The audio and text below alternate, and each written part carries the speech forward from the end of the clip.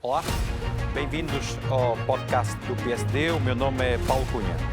E o meu nome é Sérgio Gilberto e estamos aqui em mais um episódio do podcast do PSD no Parlamento Europeu, desta vez em direto de Estrasburgo. L'Europe ne se fera pas d'un coup, mais dans une construction d'ensemble. Now there are conditions to continue to work for a united and stronger Europe. Notice, but it is not enough, and we can make it together if we stand united. Muito bem, Sérgio. Hoje vamos falar um pouco sobre alterações climáticas. Não só sobre o problema em si, mas, acima de tudo, sobre a responsabilidade que a União Europeia tem nesta temática. Qual é o teu pensamento sobre o papel europeu acerca das alterações climáticas?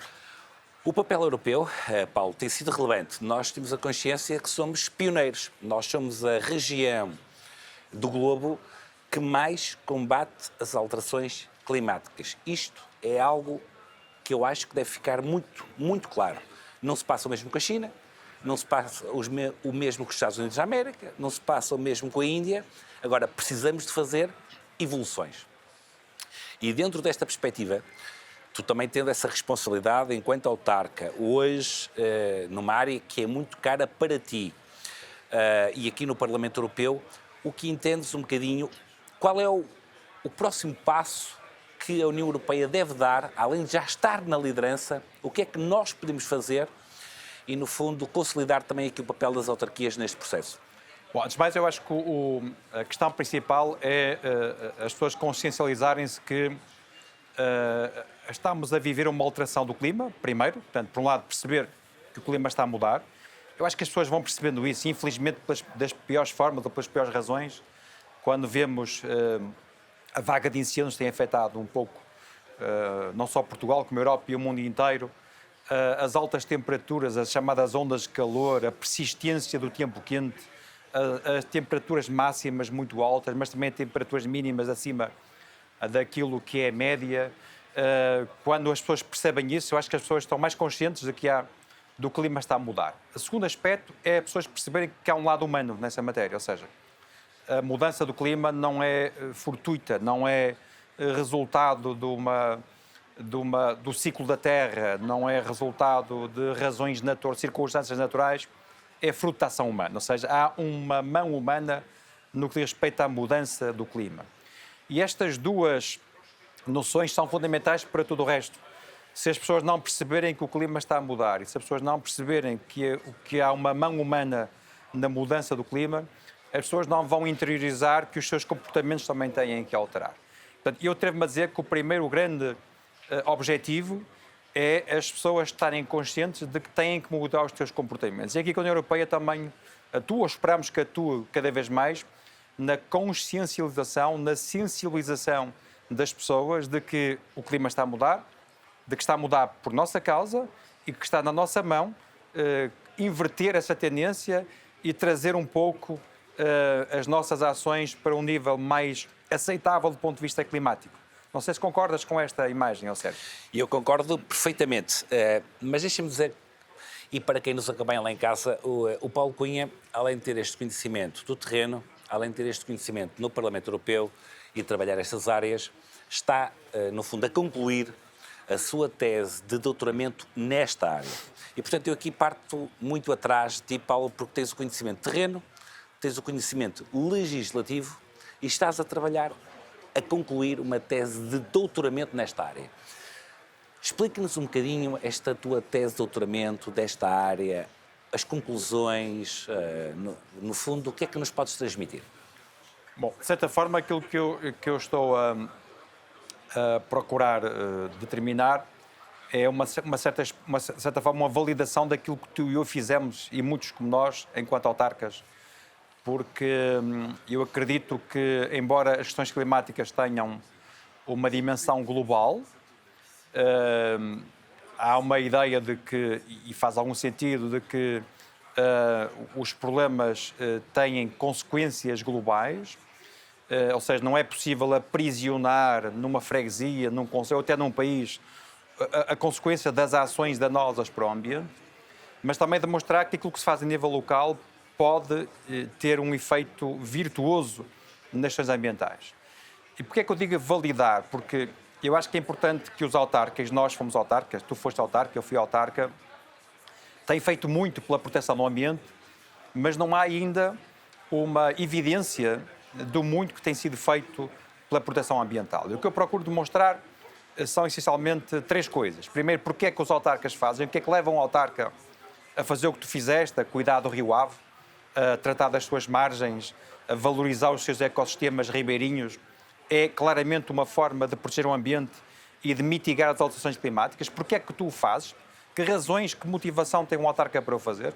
Segundo, o que é que o autarca tem feito em concreto nessa matéria? E terceiro, que resultados é que tem? E a parte dos resultados é muito importante, porque nós sabemos que as políticas têm que ser medidas. E os resultados ajudam a medir essas políticas. E por isso, o que eu estou a fazer, de certa forma, é uma inventariação, um levantamento daquilo que são ações, motivações e resultados, não com o objetivo de glorificar os autarcas que o estão a fazer, mas demonstrar àqueles que hoje são autarcas, mas a muitos que serão no futuro, de que as suas ações neste âmbito têm resultados benéficos para o ambiente. Nada melhor que um autarca, Sérgio, e tu sabes isso tão bem, é melhor do que eu, do que poder colher o fruto da sua ação. E eu concordo perfeitamente com isso. Na íntegra, aliás, essa motivação, esse reconhecimento que muitas vezes alguns não encontram, até no seu eleitorado, mas têm a consciência de que conseguem mudar o seu território pensando no futuro. E é esse exemplo que tu estavas a dar, Paulo, que é muito importante para quem nos está a ver, para quem nos está a ouvir, para quem nos acompanha, ter a consciência que o trabalho parte de cada um de nós. E as autarquias locais são fundamentais, obviamente, com apoios financeiros, com metas mensuráveis, que é aquilo que a tua tese de doutoramento está à procura. É preciso medir e ter essas metas mensuráveis, porque se não fizermos nada, nós sabemos uma coisa: isto não vai ficar melhor, bem pelo contrário. Portanto, o Donald Trump acha que isto é obra do acaso, estamos a falar aqui de um caso extremo. Não, elas estão aí, estão para durar, é impacto humano, como estavas a dizer, Paulo Cunha, e todos nós temos que fazer algo mais, e os políticos de uma forma particular, e o Parlamento Europeu também. Temos trilhado esse caminho, obviamente que temos que, se calhar, dar outro passo numa outra fase, porque só existe um planeta. Aqui só há um plano A, não há um plano B. E eu não acredito que a gente possa viver num outro planeta. E se calhar, Paulo, no fundo, passar aqui já para uma fase de concluir todo este tema, algo que acho importante para explicar às pessoas no seu dia-a-dia o que é que podem fazer nestas alterações climáticas, o que é que nós podemos fazer no dia-a-dia. Ou seja, eu acho que a grande lição que devemos escolher deste percurso climático a que assistimos é que todas as ações contam. Desde a separação do lixo em casa, em que cada pessoa respeita as normas, são informais, mas são normas do papel, do vidro, do metal, do cartão, dos biorresíduos, dos óleos usados. Se as pessoas respeitarem este normativo que já há muitos anos é implementado, mas que ainda está longe dos resultados desejados, nós estamos a dar um pontapé de saída para o cuidado com o ambiente. Desde o simples comportamento ao nível dos resíduos, até ao uso dos transportes suaves. E tu e eu recordas, Sérgio, o trabalho que tivemos ao nível da mobilidade nos 2 municípios, da Trofa e de Famalicão, com o avanço que demos para a criação de um projeto chamado Mobiave, cujo objetivo é trazer mais condições para que as pessoas tenham mais transporte público. Porquê que eu falo transporte público? Porque o uso de transportes públicos é um dos caminhos mais seguros para a descarbonização. Porque quanto menos veículos circularem na estrada, quanto menos veículos movidos a combustíveis fósseis circularem na estrada, mais estamos a proteger o ambiente. Estou a falar de dois pequenos exemplos, 2 pequenas iniciativas, mas também a arborização, e continuo com exemplos locais. A política de arborização, o tratamento dos parques, a criação de condições para que as pessoas possam usar zonas ribeirinhas, como o caso do Ave, voltando ao Ave, como há pouco vimos, a margem sul do lado da Trofa, a margem norte do lado de Famalicão, são exemplos do que se pode fazer em contexto de proximidade.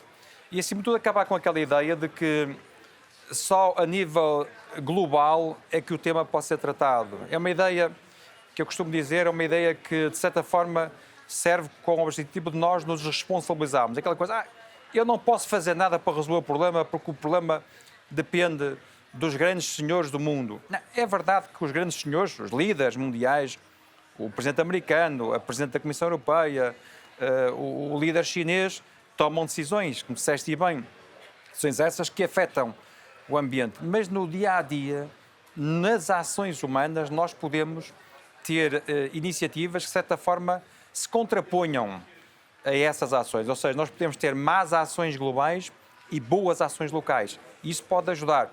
E tu, Sérgio, como foste autarca, tu seguramente ao longo desta conversa, tu próprio podes até reconhecer e assumir que muito do que fizeste lá atrás até podia não ter o objetivo ambiental como único propósito, mas seguramente tens ações concretas de onde podes concluir que de facto esse trabalho aconteceu. Mas vamos agora um bocadinho outra vez para o âmbito global. Vamos para a União Europeia. Nós somos deputados europeus. As tuas ações, por exemplo, ao nível dos transportes, tu achas que a União Europeia tem tido ações concretas que ajudem a este plano global de descarbonização? A União Europeia, Paulo, tem tido muitas ações concretas. Alguns partidos nós assistimos em Portugal, e infelizmente, são contra este projeto europeu. Assistimos muitas vezes os partidos de extrema-esquerda radical, os partidos mais populistas, a agarrar algumas bandeiras e estarem contra este projeto europeu.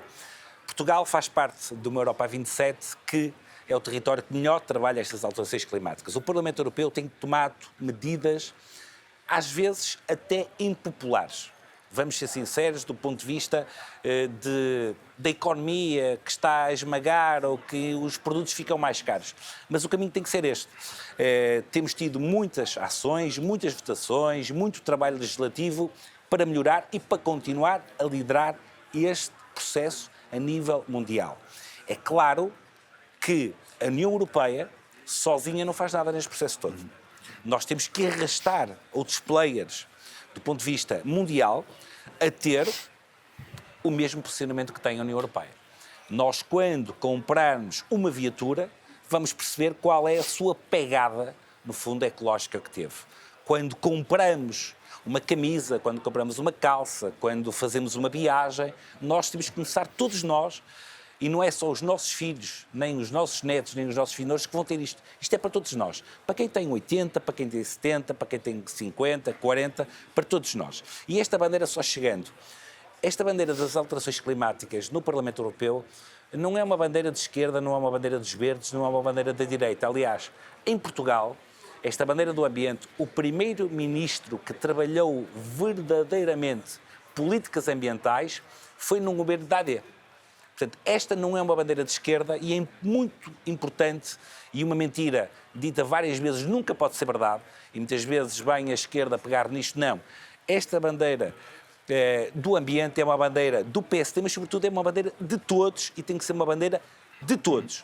E, portanto, agarrando neste tema e quase já em fecho deste programa, que já estamos a chegar ao limite, sei que dentro deste trabalho que temos feito enormemente do ponto de vista ambiental, mas de diversos temas, Paulo, tu tens aqui algo pessoal para nos mostrar daquilo que é o teu trabalho legislativo, aquilo que é o nosso trabalho aqui em Estrasburgo. Eu hoje trouxe para partilhar com todos aquilo que nós chamamos uma lista de voto.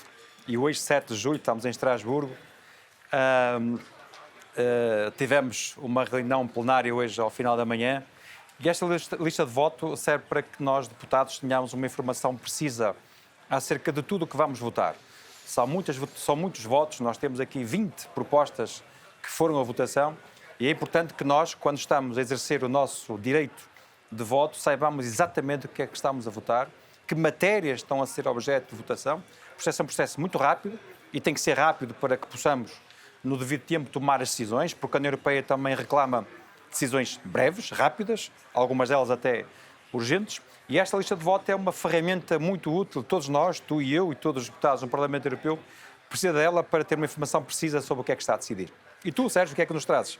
Paulo, eu antes de mostrar o objeto, deixem-me corroborar isto. O Paulo, enquanto chefe de delegação, ainda hoje, da parte da manhã, tivemos uma reunião bem cedo para decidir como é que a delegação do PST no Parlamento Europeu vota. Isto é algo muito exaustivo, que já vem um trabalho desde Bruxelas e que Estrasburgo é só o culminar disto. É uma lista que são 20 pontos, que muitas vezes são algumas páginas, muitas vezes são muitas, mas é algo exaustivo, mas sobretudo de uma enorme responsabilidade. E o Paulo Cunha, enquanto chefe de delegação, obviamente tem esta questão de organizar. O que é que eu trouxe? Trouxe uma camisola de Portugal. Trouxe a nossa camisola das esquinas e hoje estamos a gravar o programa no dia a seguir a Portugal ter perdido com Espanha. Estamos fora do Mundial, mas é este apelo que eu quero fazer a todos aqueles que nos estão a ouvir sobre Portugal, sobre a nossa camisola. Aquilo que pessoas como o Paulo Cunha, como os nossos colegas deputados do PST no Parlamento Europeu, e também posso falar pela AD, aquilo que nos move são as causas. Aquilo que nos move é defender Portugal. E é defender Portugal transpirando, saltar mais que os outros, correr mais que os outros, trabalhar mais que os outros. E por aí dizer que somos sempre Portugal. Este Mundial não deu Portugal, infelizmente. Muitas vezes nós podemos questionar o A ou o B ou o C. Há uma coisa que eu posso dizer, enquanto amante de futebol e que todos os portugueses são um bocadinho... E praticante que foste agora. E praticante que fui, nós temos que transpirar mais. Nós temos a capacidade de fazer acontecer. Nós fomos pioneiros na Via Verde, no multibanco. A política é o reflexo da sociedade. E nós todos temos que fazer um bocadinho mais por Portugal e é isso que os portugueses nos exigem e eu sei que contigo a liderar, Paulo, nós vamos ter esse caminho e por isso trouxe aqui a nossa camisola das esquinas. Muito bem, Sérgio. Estamos a chegar ao fim deste podcast. Eu quero agradecer-te a ti, antes de mais, por esta interessante conversa que tivemos. Muito enriquecedora para todos nós e seguramente interessante para quem nos acompanha.